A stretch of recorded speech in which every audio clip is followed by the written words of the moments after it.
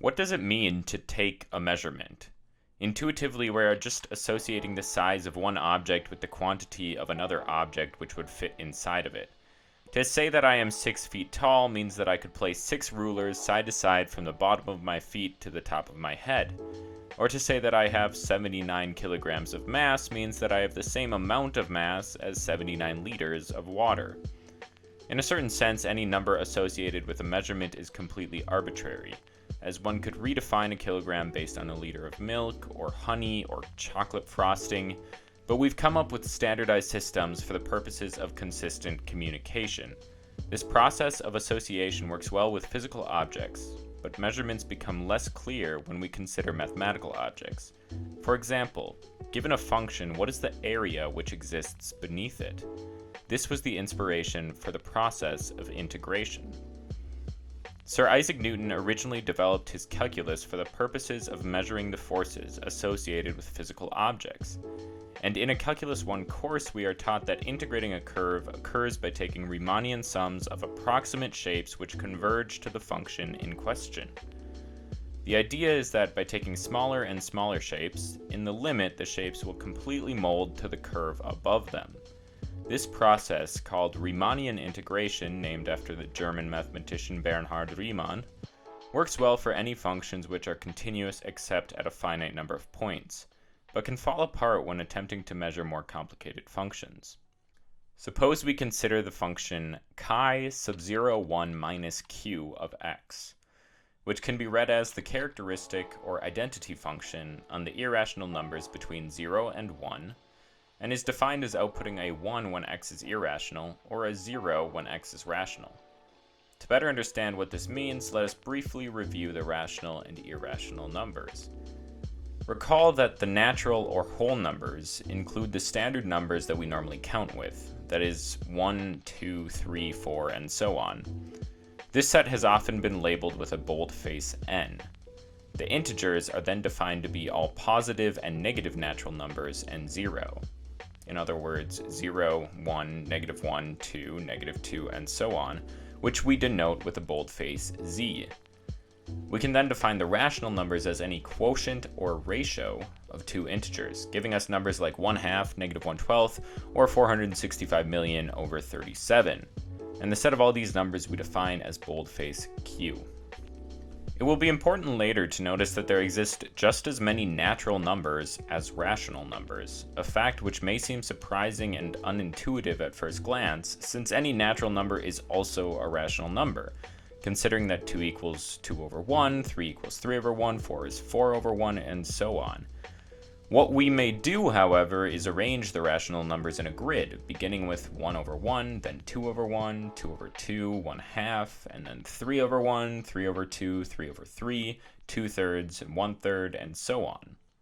Once we have this list of all rational numbers, we may just count them to see how many we have, by associating a natural number with the placement of that rational in the grid and counting our way through all of them by snaking back and forth.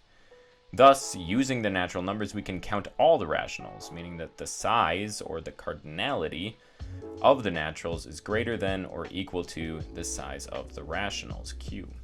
And using the rationals, we can obviously count all the naturals since they are included in the rationals, meaning that the size of q is greater than or equal to the size of n. Thus, using the squeeze or sandwich theorem, it must be that these two sets actually have the same size. Now recall that an irrational number is any real number which is not a rational. The set of real numbers, denoted by a boldface r, is any number which may be written as an infinite string of digits between 0 and 9.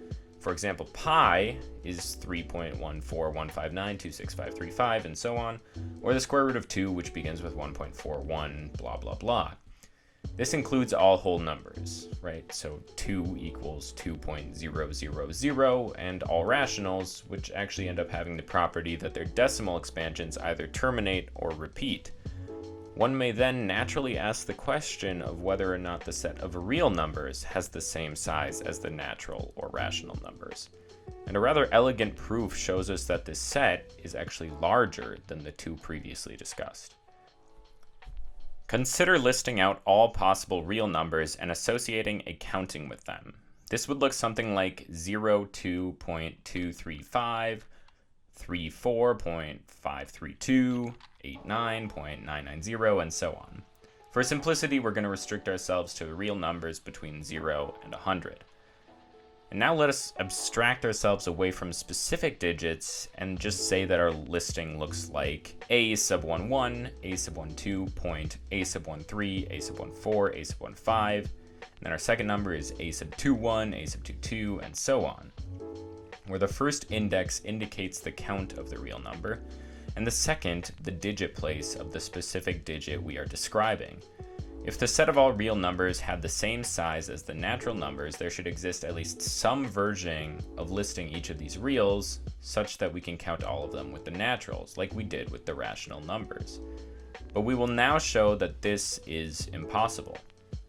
Take the above listing as given and consider the real number b sub 11, b sub 22, point, b sub 33, b sub 44, b sub 55, and so on, where b sub nn equals 1 if a sub nn is not 1, and b sub nn is 2 if a sub nn is 1. Our number is a well-defined real number since each of its digits come from 0 to 9. But notice that it also differs from every single number in our list since its nth digit is different from the nth listed number. This means that the number we have defined did not show up anywhere in our listing, and since this listing was arbitrary, it means that any listing of the real numbers would be incomplete. Therefore, we may conclude that the size of the real numbers is strictly larger than the size of the natural or rational numbers. This proof was first given by Georg Cantor from the Introduction to Naive Set Theory video, and is known as the Cantor diagonalization proof, since we defined our new number based on the digit set taken along the diagonal of our listing. One may now notice that the set of real numbers must actually be infinitely larger than the set of natural numbers. If it were only finitely larger, an argument similar to our listing of the rationals would have sufficed to list the reals. Whether or not this set is actually the smallest set which is larger than the natural numbers is not provable within the common discourse of mathematics, and the axiom that states that this is the smallest set larger than the naturals is called the continuum hypothesis. Now let us return to our defined characteristic function. An important property of the rationals is that they are considered dense, meaning that they come arbitrarily close to any real number. The easiest way of seeing this is simply by taking a line segment like 0 to 1 and continuing to divide it into two smaller line segments. You'll notice that if you divide the segment far enough, you find an endpoint of a segment arbitrarily close to any point from the original line. What happens then if we attempt to use Riemannian integration to measure the area underneath this function? The issue is that the height of each rectangle we are using to approximate the area is not well defined, depending on where we choose our endpoints of our rectangle. In the standard way, our endpoints would occur at rationals, as would our midpoint. So any right endpoint, left endpoint, or midpoint rule would give our rectangles heights of 0. Taking a limit on these rectangles would tell us that we integrate as a whole to 0. But we could also choose endpoints at irrationals, telling us that we integrate to 1. We know that there must be some area underneath this function, but it's unclear how much. This is where the difference in size between the rationals and the reals discussed previously comes into play. Because of this immense difference in size, it is actually the case that if we consider all the real numbers between 0 and 1 and take away all the rational numbers, that set is still infinitely larger than the rational numbers. For this reason, we as mathematicians have associated a measure of 1 with this set and a measure of the 0 to the set of the rationals, though this is a slight simplification of the actual process of measurement. We now look at the value of this function where it has positive measure. That is, we disregard its value on the rationals since they have measure 0.